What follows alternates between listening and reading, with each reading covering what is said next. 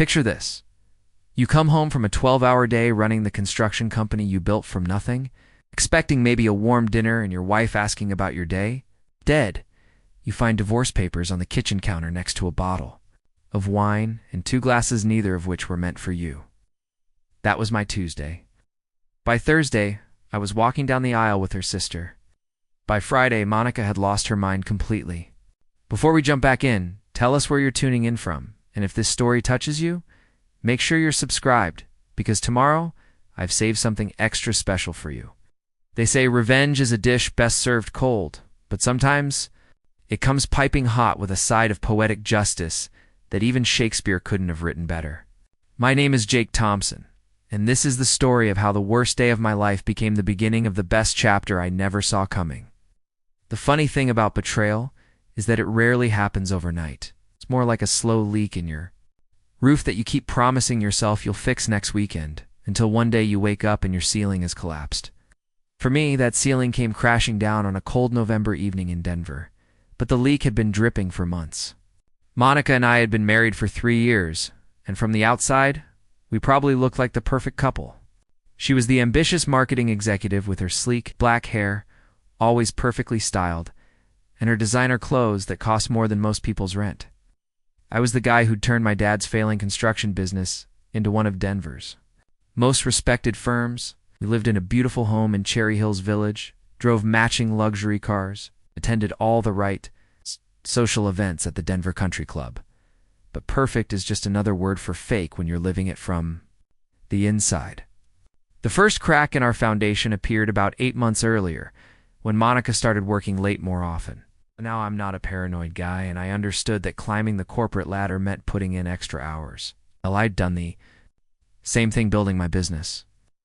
But there was something different about these late nights. She'd come home energized instead of exhausted, almost glowing in a way that made my stomach twist with unease. Then came the mysterious phone calls that she'd take in another room, speaking in hushed tones that would abruptly stop when I walked in. When I asked about them, she'd give me that practiced smile and say it was just work stuff, nothing I'd find interesting. The worst part was how she said it, like I was too simple to understand the complexities of her sophisticated career. Ryan Mitchell entered our lives like a virus disguised as medicine. Monica introduced him as her new colleague. At the marketing firm, this smooth-talking guy from California, with his perfectly white teeth and expensive suits, he was everything I wasn't. Polished where I was rough around the edges, articulate where I was straightforward, charming in that calculated way that some people mistake for genuine charisma. Monica started mentioning Ryan constantly. Ryan had this brilliant idea for a campaign. Ryan knew this amazing restaurant we simply had to try. Ryan thought this. Ryan said that. It was like listening to a teenage girl talk about her latest crush, except this teenage girl was my wife, and she wasn't even trying to hide her infatuation. The social dynamics at our country club events became insufferable. Monica would light up whenever Ryan appeared, gravitating toward him like a moth to a flame, while I stood there holding her purse and making small talk with people I barely knew. I watched her laugh at his jokes that weren't even funny, and touch his arm in that casual way that's never actually casual. Our friends started giving me those pitying looks that people reserve for the last person to know they're being made a fool of. Tommy Chen, my best friend since high school, finally pulled me aside at a barbecue and asked if everything was okay at home. The concern in his eyes told me that whatever was happening between Monica and Ryan wasn't as subtle as I'd been hoping. At home, our conversations became increasingly strained. Monica would criticize everything from the way I loaded the dishwasher to my choice of clothes for dinner parties. She started making comments about how Ryan dressed, how Ryan spoke, how Ryan handled social situations with such grace and sophistication. Each comparison felt like a small knife being twisted just a little deeper.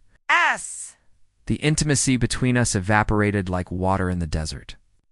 She'd go to bed early, claiming exhaustion, only for me to hear her giggling on her phone in the bathroom. An hour later, when I tried to initiate any kind of physical connection, she'd stiffen and find excuses. Too tired, too stressed, too busy thinking about an important presentation the next day. I threw myself into work, staying at construction sites until after dark, and taking on projects that probably weren't worth my time. Just to avoid coming home to the cold silence that had replaced what used to be warmth and laughter, my crew started commenting on my mood, asking if the boss was okay, and I'd brush them off with forced jokes about the stresses of married life. The breaking point came on a Saturday afternoon when I decided to surprise Monica with tickets to a show she'd mentioned. Wanting to see? I drove to her office building downtown, planning to whisk her away for an impromptu date like we used to do when we were first married. The security guard in the lobby looked uncomfortable when I asked for Monica's floor, checking his list twice before finally directing me to the elevator. What I found when those elevator doors opened on the 15th floor wasn't my wife diligently working at her desk. It was Monica and Ryan in the conference room with the glass walls. There was nothing professional about what they were doing. Her hands were tangled in his hair, his were gripping her waist, and they were kissing with the kind of desperate passion that she hadn't shown me in months. I stood there for what felt like hours, but was probably only seconds, watching my marriage disintegrate in real time. They didn't notice me at first, too lost in each other to be aware of their surroundings. When Monica finally looked up and saw me through the glass, her face went through a series of expressions: shock, guilt, defiance, and finally something that looked almost like relief. That relief was what hurt the most, not the betrayal itself, but the fact that getting caught seemed to lift some burden off her shoulders, like she'd been waiting for this moment to finally stop pretending. I didn't storm in or make a scene, didn't shout or throw things or demand explanations. I simply turned around, walked back to the elevator, and drove home in a fog of numbness that felt strangely peaceful. The first time in months, I knew exactly where I stood, and clarity, even painful clarity, was better than the uncertainty that had been eating me alive. That evening, Monica came home acting like nothing had happened. She breezed through the door with takeout from our usual place, chattering about her day with the same artificial brightness she'd been using for weeks. I sat at our kitchen table, watching her perform this charade of normalcy, and realized I was looking at a stranger. When I finally spoke, my voice was calmer than I expected. I told her I'd stopped by her office. I told her I'd seen her and Ryan. I told her we needed to talk about where our marriage was heading, because pretending everything was fine wasn't working for either of us anymore. Monica's response was to go on the offensive. She accused me of spying on her, of being controlling and suspicious. She said Ryan was just a friend, that what I'd seen was taken out of context, that I was being paranoid and jealous for no reason. When that didn't work, she shifted tactics and started listing all the ways I'd failed as a husband. I worked too much. I didn't understand her needs. I wasn't sophisticated enough for her social circle. I didn't appreciate how hard she worked to maintain our lifestyle. The argument went in circles for hours, with Monica alternating between denial, blame, and attacks on my character.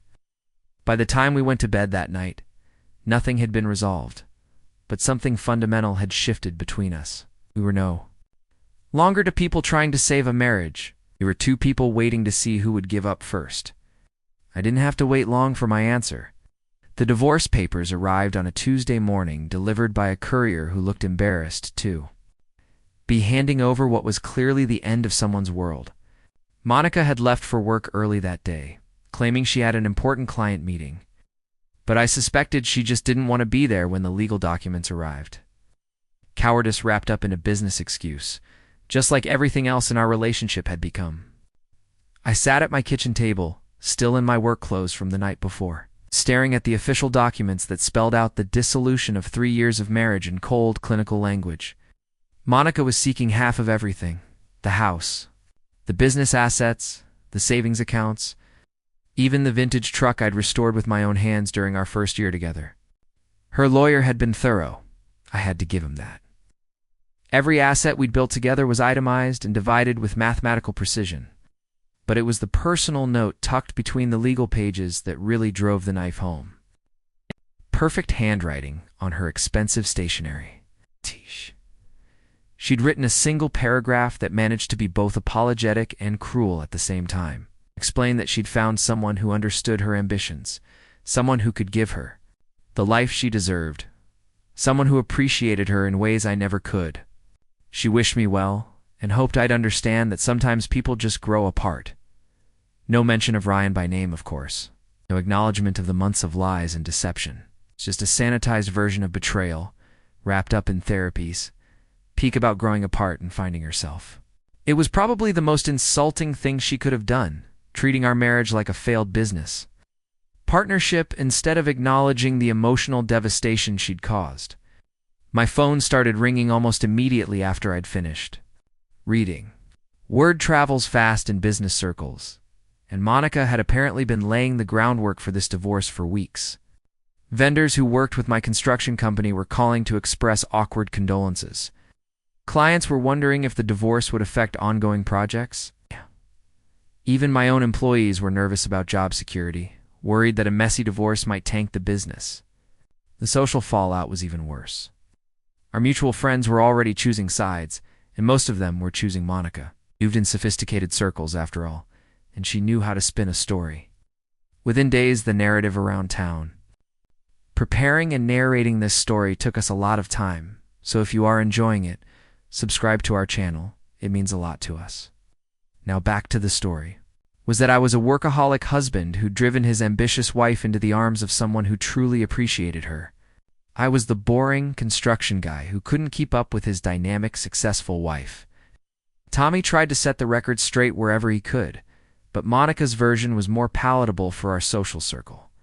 It was easier to believe that I'd failed as a husband than to acknowledge that Monica was capable of such calculated betrayal. People wanted to believe in growth and finding yourself and following your heart. They didn't want to hear about affairs and deception and marriages destroyed by selfish choices. The legal proceedings dragged on for weeks. Monica's lawyer was aggressive, painting me as someone who'd held her back professionally and personally. They claimed I'd been controlling and unsupportive, that Monica had sacrificed her own dreams to prop up my construction business. It was fiction, but it was believable fiction told by expensive attorneys who knew how to work the system. I watched our shared life get dissected in conference rooms and legal offices. Photographs from vacations were entered as evidence of Monica's unhappiness. Text messages were taken out of context to support claims about my alleged emotional unavailability. Even our wedding video was scrutinized for signs of dysfunction that supposedly dated back to the beginning of our relationship. The worst part was how Monica acted during depositions and mediation sessions.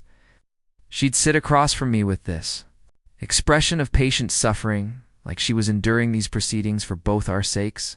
When her lawyer would make particularly harsh accusations about my character, she'd give me these apologetic looks, as if she was sorry, but this was just how these things had to go. Ryan never appeared directly in any of the legal proceedings, but his presence was everywhere. Monica would get text messages during our mediation sessions that would make her smile in ways I hadn't seen in months.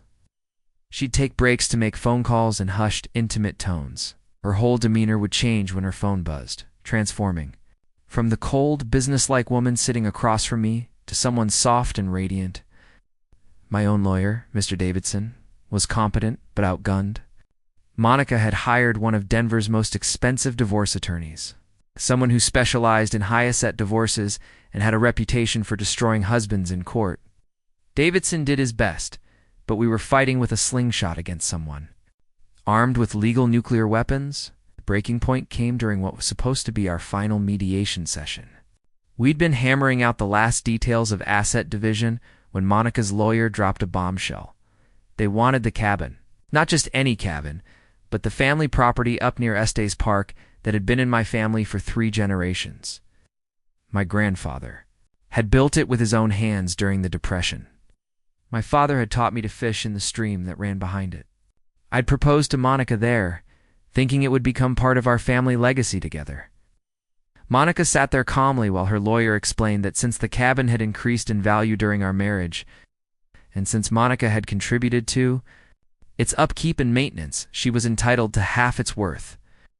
They were demanding either half ownership or a cash payment equivalent to half its appraised value. The number they threw out was staggering, more than I had in liquid assets. I looked at Monica across that conference table, searching her face for any sign of the woman I'd married, any hint that she understood what she was asking me to give up. Instead, I saw calculation. She knew exactly what that cabin meant to me. and she was using it as leverage to extract maximum value from our divorce. That's when I realized this wasn't about money or assets or even Ryan. This was about power. Monica wanted to win, completely and utterly. She wanted to walk away from our marriage with everything she could carry while leaving me broken and defeated. The divorce had become her final act of dominance in a relationship where she'd been slowly asserting control for months. I excused myself from the mediation and walked out to my truck, needing air and space to think. My phone immediately started, buzzing with calls from Davidson, probably wondering if I was having some kind of breakdown. Maybe I was, sitting in the parking lot of that sterile legal office, watching other people's lives get destroyed in 50-minute increments. I felt like I was drowning in someone else's version of my own life. That's when I saw her. Isabella Rodriguez was walking across the parking lot toward the building, probably heading to her own lawyer's office for some other legal matter. I hadn't seen Bella in over a year, not since Monica had systematically cut ties with most of her family over some manufactured drama about wedding planning and guest lists. Bella had always been different from her sister. Where Monica was sharp angles and calculated charm, Bella was soft curves and genuine warmth. She taught elementary school in Boulder and spent her weekends painting watercolors of the Rocky Mountains. She wore flowing skirts and vintage jewelry instead of designer suits. She laughed easily and often, without calculating the social impact of her reactions. More importantly, Bella had always seen through Monica's manipulations. At family gatherings, I'd catch her watching Monica with this knowing expression, like she was seeing a performance the rest of us were missing. She'd been the only one in the Rodriguez family who'd ever suggested that maybe Monica wasn't being entirely honest about various situations and conflicts. When Bella spotted me sitting in my truck looking defeated, she didn't hesitate. She changed direction and walked straight over, tapping on my window with the kind of gentle concern that I hadn't experienced in months. It's when I rolled down the window, she took one look at my face and immediately asked what was wrong. I found myself telling her everything. Not the sanitized version I'd been giving to business associates and casual friends, but the real story. It's the affair, the lies, the calculated cruelty of the divorce proceedings, the attempt to take the family cabin. Bella listened without judgment, her dark eyes growing sadder with each detail. When I finished, she was quiet for a long moment. Then she said something that changed everything. "Jake, you know this isn't about you, right? This is about Monica. Trying to prove she can destroy something beautiful just because she has the power to do it. She's always been like this." The validation hit me like a physical force. For months, I'd been questioning my own perceptions. I was wondering if maybe I really had been the terrible husband Monica claimed I was. But Bella had known Monica her entire life. She was confirming what I'd started to suspect. This level of cruelty wasn't normal, even for a bitter divorce. We talked for over an hour in that parking lot. Bella told me stories about Monica's childhood, about patterns of behavior that went back decades.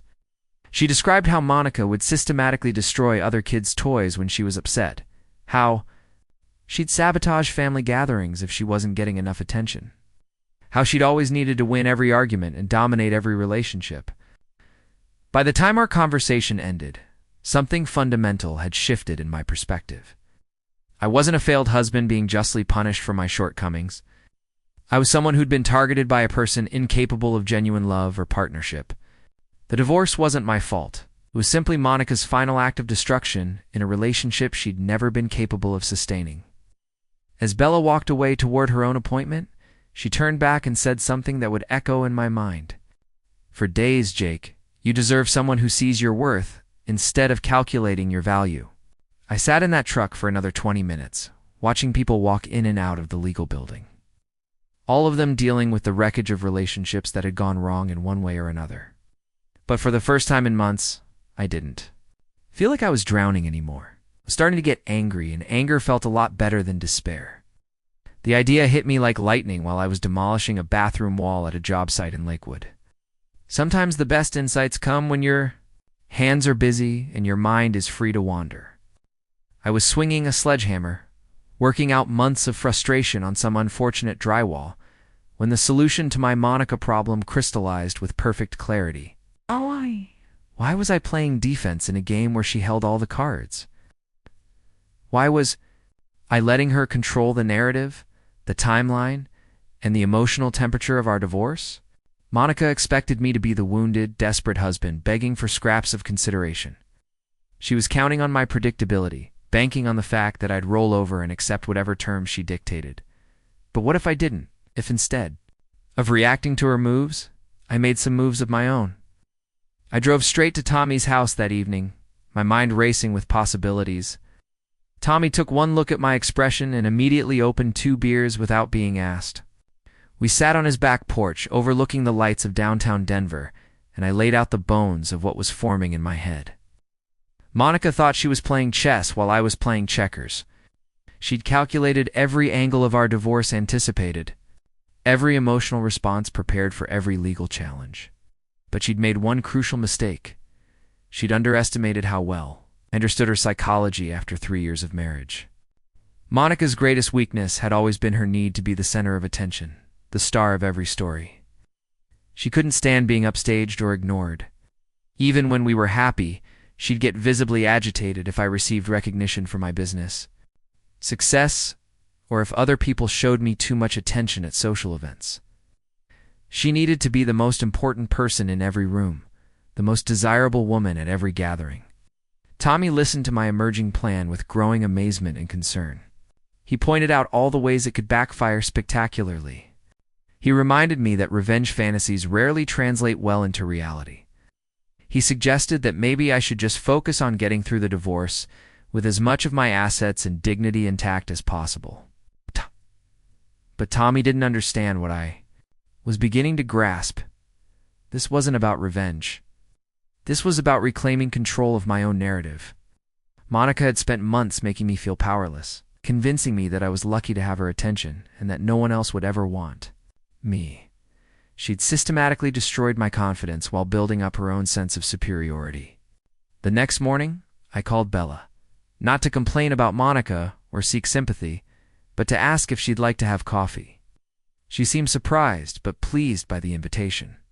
We met at a small cafe in Boulder near the elementary school where she worked, and I found myself genuinely curious about her life in ways I'd never been when she was just Monica's sister. Bella was fascinating in quiet ways that Monica had never been. She talked about her students with genuine affection, describing their personalities and challenges with the kind of detailed attention that spoke to real care. She showed me pictures on her phone of murals she'd painted for the school hallways, bright and whimsical scenes that had transformed sterile corridors into places of joy and creativity. When she asked about the divorce, I gave her the honest version rather than the sanitized one I'd been sharing with others. She listened without trying to offer solutions or take sides, just accepting the reality of what I was going through. There was something deeply refreshing about being with someone who didn't need me to pretend everything was fine. We started meeting regularly, sometimes for coffee, sometimes for walks through the parks in Boulder, occasionally for dinner at small restaurants where we could talk without interruption. Bella had stories about traveling through Europe the previous summer, teaching English to children in small Italian villages, and painting watercolors of ancient architecture. She had perspectives on art and literature that came from genuine passion, rather than social positioning. More importantly, she seemed to genuinely enjoy my company. She laughed at my construction site stories, asked intelligent questions about building techniques and business management, and never made me feel like I needed to be someone different to earn her attention. After months of feeling inadequate and boring around Monica, being with Bella was like remembering how to breathe normally again. The transformation in my own demeanor was apparently noticeable to others. My work crew commented that the boss seemed more relaxed, more like his old self. Tommy remarked that I'd stopped looking like someone attending his own funeral. Even my lawyer noticed that I seemed more confident during our strategy sessions. Monica, meanwhile, was becoming increasingly frustrated with my lack of visible distress. She'd expected me to be calling her, begging for reconciliation, or at least showing up at places where she and Ryan might be spotted together. Instead, I was conspicuously absent from our usual social circles and apparently unbothered by her new relationship. The first crack in her composure came during a mediation session where her lawyer expected me to cave on the cabin issue. Of the desperate capitulation they'd anticipated, I calmly presented a counteroffer that was so reasonable it caught them off guard. I'd been doing my homework, researching property values and comparable sales, and I came prepared with documentation that exposed the inflated appraisal they'd commissioned. More unsettling to Monica was my general demeanor. Instead of the broken, defeated husband she'd been expecting, I seemed oddly peaceful. When she made cutting remarks about my limitations or my inability to understand her needs, I responded with mild agreement and obvious disinterest. Her emotional manipulation tactics weren't landing because I wasn't invested in the outcome of her performance anymore. The real turning point came when Bella mentioned that her lease in Boulder was ending and she was considering moving back to Denver. The idea that formed in my mind was audacious even by my own standards, but it felt right in a way that surprised me. I was falling for Bella genuinely and completely. Not as a reaction to Monica's betrayal, but as a recognition of everything I'd been missing in my marriage. Bella was everything Monica pretended to be, but wasn't.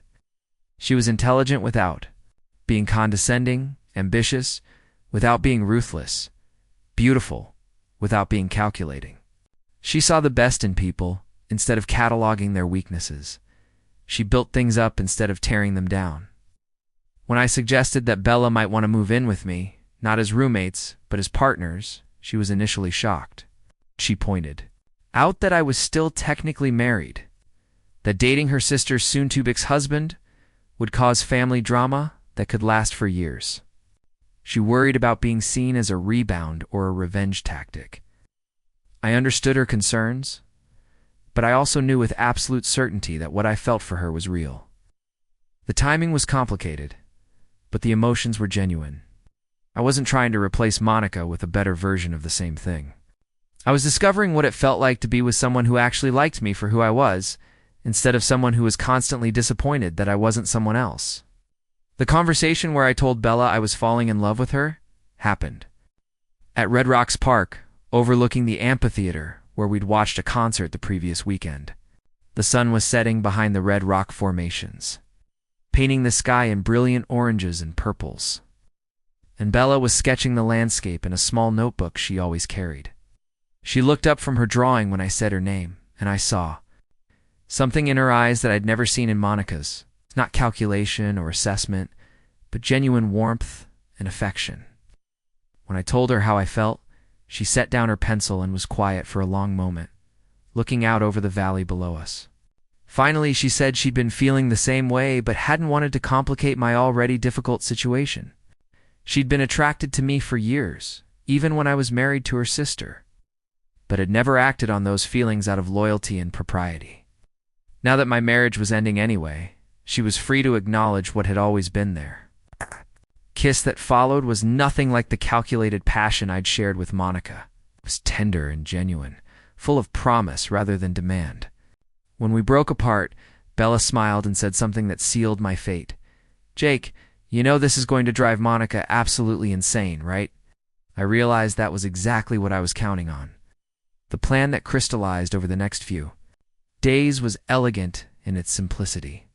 Monica expected me to fight for scraps and beg for mercy in our divorce proceedings. Instead, I was going to skip ahead to the happy ending she thought she was preventing me from having. If Monica wanted a quick divorce so she could start her new life with Ryan, I was happy to accommodate her. But I wasn't going to skulk away defeated and broken. I was going to move on spectacularly and publicly, with someone who was not only better than Monica in every meaningful way, but who also happened to be her own sister. The psychological impact would be devastating. Monica's entire sense of superiority was built on the belief that she was the prize in our relationship, that I should be grateful for whatever attention she chose to give me. Seeing me not just move on but move up, with someone from her own family, who everyone would inevitably compare her to, would shatter that delusion completely. But the beauty of the plan was that it wasn't really about Monica at all. I wasn't pursuing Bella to hurt her sister. I was pursuing Bella because she was extraordinary, because being with her felt like coming home, because for the first time in years I felt like myself again. The revenge would just be a delightful bonus. Explosion came sooner than I expected. Monica found out about Bella and me through Ashley Park, Bella's best friend, who apparently couldn't keep her mouth shut after seeing us together at a farmer's market in downtown Denver. Within hours of Ashley spotting us holding hands while picking out fresh flowers for Bella's apartment, the phone was buzzing with the most unhinged voicemail I'd ever received.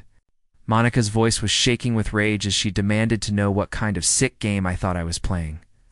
She accused me of manipulating her innocent sister, of using Bella to get back at her, of being a disgusting pervert who couldn't handle being rejected by a real woman.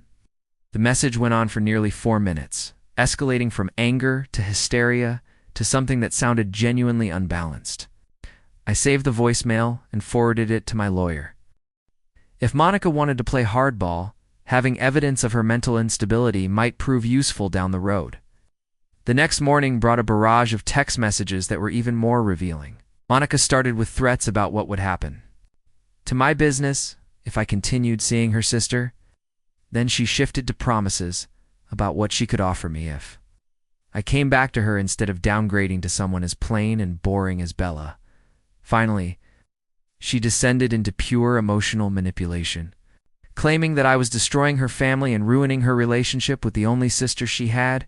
The irony was breathtaking.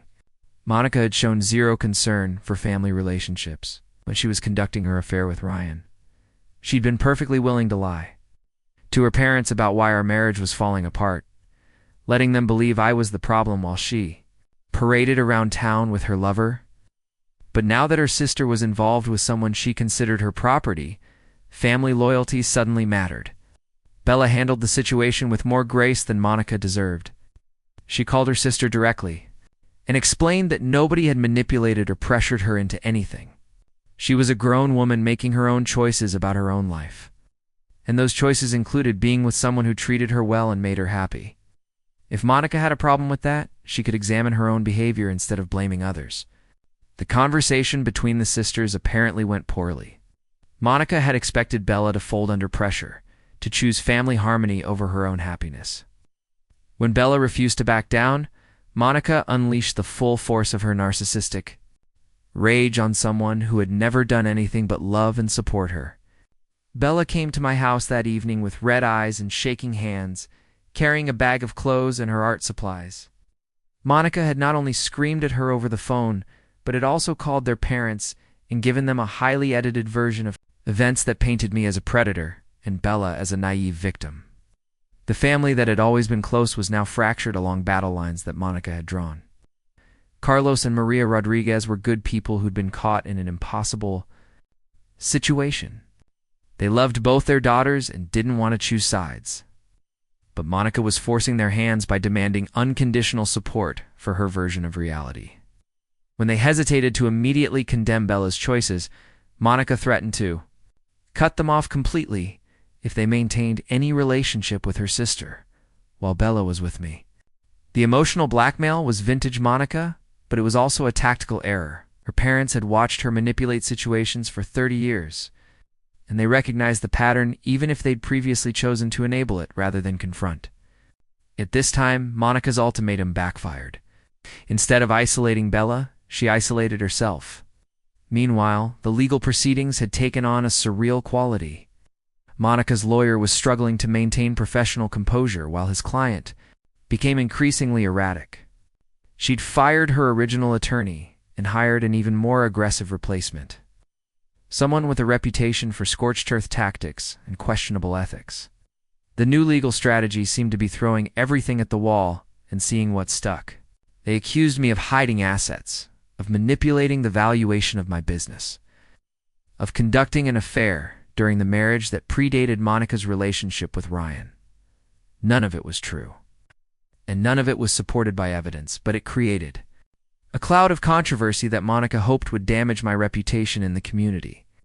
The harassment escalated beyond legal channels. Monica started showing up at my job sites, claiming she needed to discuss divorce details but really just wanting to cause scenes in front of my employees and clients. She'd arrive dressed to kill, making a show of her success and sophistication while talking loudly about how I'd betrayed our marriage vows. My work crew found these visits entertaining rather than embarrassing. Monica's desperation was obvious. To everyone except herself, her attempts at emotional manipulation fell flat with guys who'd spent their careers dealing with difficult people and impossible situations. If anything, her behavior made them more protective of me and more suspicious of her motives. The breaking point came when Monica escalated to stalking Bella at her school. She showed up during dismissal time, when parents were picking up their children, and caused a scene that had to be broken up by the principal and school security. Monica accused Bella of being a homewrecker who was corrupting young minds by working with children, demanding that the administration take action against someone with such questionable morals. The school officials were not impressed. They knew Bella's character and her dedication to her students. They recognized Monica's behavior for what it was: harassment motivated by personal vendetta rather than genuine concern. Monica was banned from school property and threatened with trespassing charges if she returned. The incident had achieved Monica's real goal. The confrontation was witnessed by dozens of parents and community members, and the story spread through Boulder's social networks like wildfire. Monica had successfully created drama and controversy around my relationship with Bella, forcing us to become the subject of gossip and speculation. Bella was devastated. Teaching was her passion and her identity, and having her professional reputation attacked in such a public way shook her confidence in ways that Monica's personal attacks never had. She started questioning whether being with me was worth the chaos it was bringing to her carefully ordered life. That night, as we sat in my living room discussing whether our relationship could survive Monica's campaign of destruction, I made a decision that surprised even me. Instead of retreating or apologizing or trying to minimize the situation, I chose to escalate it in a way that would end the conflict permanently. I proposed to Bella, not because I felt pressured or cornered, not as a reaction to Monica's behavior, because I realized that all the chaos and drama had clarified something essential. Bella was the person I wanted to face problems with, the person whose happiness mattered more to me than social approval or family harmony or professional convenience. If Monica wanted a war, I was prepared to win it decisively. Bella's initial response was shock followed by concern. She pointed out all the practical problems with the timing, family complications, the potential backlash from both our social circles. She worried that I was making an impulsive decision based on anger, rather than genuine emotion. But when I explained that my feelings for her had nothing to do with Monica, that I'd fallen in love with her completely independent of any revenge, fantasy, or rebound impulse, she began to see the proposal differently. This wasn't about hurting her sister or proving a point about the divorce. This was about two people who'd found something real in the middle of all the manufactured chaos. The ring I offered her wasn't expensive or flashy. It was a simple vintage piece I'd found at an estate sale. Something that matched her artistic sensibility and authentic personality. She said yes, with tears in her eyes, and for the first time in months, I felt like I was exactly where I was supposed to be. Monica's reaction to the engagement news was everything I'd anticipated and more. She showed up at my house at midnight, pounding on the door and screaming loud enough to wake the neighbors. When I refused to let her in, she started throwing things at the windows while demanding that I come outside and face her like a man. The police were called by 3 different neighbors. When they arrived, Monica was sitting on my front steps, sobbing hysterically and claiming that I'd stolen her sister and destroyed her family out of spite. The officers listened patiently to her story, then asked her to leave the property voluntarily before they had to arrest her for disturbing the peace. As she was escorted to her car, Monica turned back and screamed one final threat. "This isn't over, Jake. You'll regret this for the rest of your life." Standing in my doorway, watching the police lights disappear down the street, I felt something I hadn't experienced in years: peace. Monica had played every card in her deck, used every manipulation tactic in her arsenal, and she'd lost completely and publicly. I wasn't the desperate, broken husband she'd tried to create through months of systematic emotional abuse. I was someone who'd found genuine love and happiness despite her best efforts to prevent it. The contrast between her hysteria and my calm was obvious to everyone who witnessed it. More importantly, I was free. Free from her drama, free from her games, free from the exhausting cycle of hoping she'd become someone she was never capable of being. The divorce could proceed on whatever terms she wanted. I'd already won everything that actually mattered. 2 years later, I stood in the backyard of our new home in Golden, watching Bella paint a mural on the fence while our 8-month-old daughter, Sophia, babbled happily in her bouncer nearby. The house wasn't as grand as the one I'd shared with Monica, but it was filled with laughter and genuine warmth, in ways that the Cherry Hills mansion never had been. Thompson Construction had not only survived the divorce, but thrived in ways I hadn't expected. Word had spread about Monica's erratic behavior during the proceedings, and the business community's response had been overwhelmingly supportive. Clients appreciated working with someone who handled personal crisis with dignity rather than drama. And my reputation for integrity had actually been enhanced by the contrast with Monica's public meltdowns. The final divorce settlement had been surprisingly favorable. Monica's increasingly desperate legal tactics had backfired spectacularly when her second lawyer withdrew from the case, citing irreconcilable differences with his client's approach. By the time she hired her third attorney, the judge was showing visible irritation with her frivolous motions and personal attacks. In the end, she kept the Cherry Hills house and her retirement accounts, while I retained the business and the family cabin. The property division was equitable without being punitive, and more importantly, it was final. Monica had pushed so hard for a quick resolution that she'd accepted terms she might have negotiated more favorably with patience and strategy. Ryan had vanished from the picture within 6 months of their public debut as a couple. Apparently, dating a woman in the middle of a bitter divorce was exciting. But living with someone prone to midnight stalking expeditions and public breakdowns was less appealing. He'd transferred to the company's Los Angeles office without warning, leaving Monica to explain his sudden absence to their mutual acquaintances. The social fallout had been swift and decisive. Denver's professional community was small enough that everyone eventually heard multiple versions of what had happened, and Monica's behavior spoke for itself. The woman who'd once commanded attention at every gathering now found herself increasingly isolated, invited to fewer events, and included in fewer conversations. Bella had flourished in ways that constantly amazed me. She'd transferred to a school in Golden, where her artistic talents were celebrated rather than merely tolerated. Her students adored her, parents requested her specifically for their children, and she'd been promoted to lead teacher for the arts integration program. On weekends, she sold her paintings at local markets and had recently been commissioned to create murals for several businesses around town. Our wedding had been a small, joyful affair at Red Rocks Park, surrounded by people who genuinely supported our relationship. Tommy had served as my best man, making a speech about second chances and finding the right person at exactly the right time. Ashley, despite her initial role in creating drama, had reconciled with Bella and served as maid of honor. Carlos and Maria Rodriguez had eventually chosen their younger daughter's happiness over their older daughter's manipulations. They'd been present at our wedding, walking Bella down the aisle with pride and obvious relief that she'd found someone who cherished her. Their relationship with Monica remained strained, a consequence of ultimatums that had backfired and bridges that had been burned by someone who never learned the value of genuine connection. Sophia had arrived 10 months after our wedding, a beautiful baby with Bella's dark eyes and what appeared to be my stubborn chin. Becoming a father had revealed depths of protectiveness and love I hadn't known existed.